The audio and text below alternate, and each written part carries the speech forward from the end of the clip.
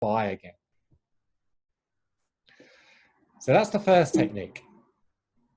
The second technique leverages three other emotional drivers or psychological drivers.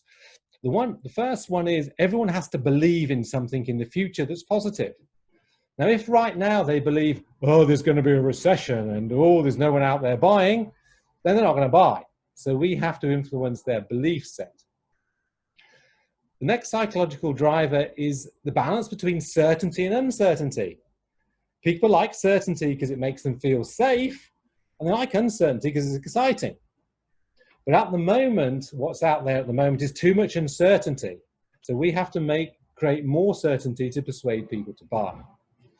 And the last psychological driver is growth. People want more. They still want more. Regardless of the environment, people want more.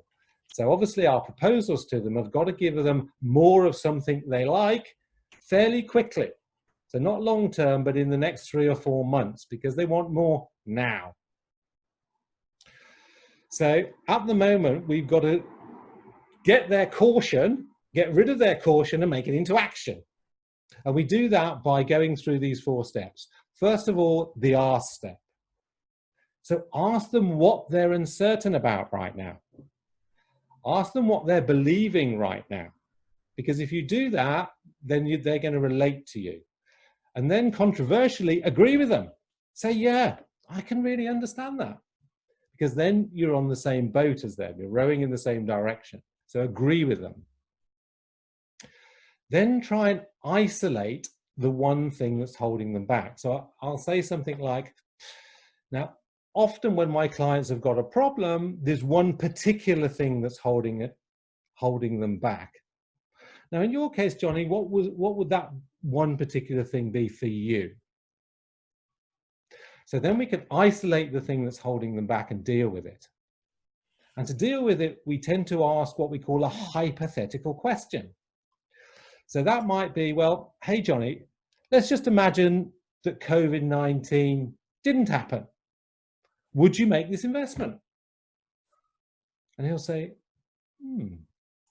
yeah, I probably would. And then you go back to the belief thing. We'll say, we've just established that it's only going to be temporary and it's going to give you more of this stuff. So what's holding you back? Then you've created the scenario where you've created belief in the future, you've got rid of a lot of the uncertainty, and you've tempted them to grow their business. So if you go through those steps, you can get rid of the caution and turn that caution into action. Again, this is a technique that if you do it skillfully, it really, really works. So address those issues that are holding people back and move forward.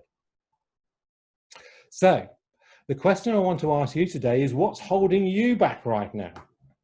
What are some of the uncertainties that are stopping you getting back into your market, asking people to buy in this way, and starting up and being positive in the business? So that's the question I'm going to ask you right now. What's holding you back?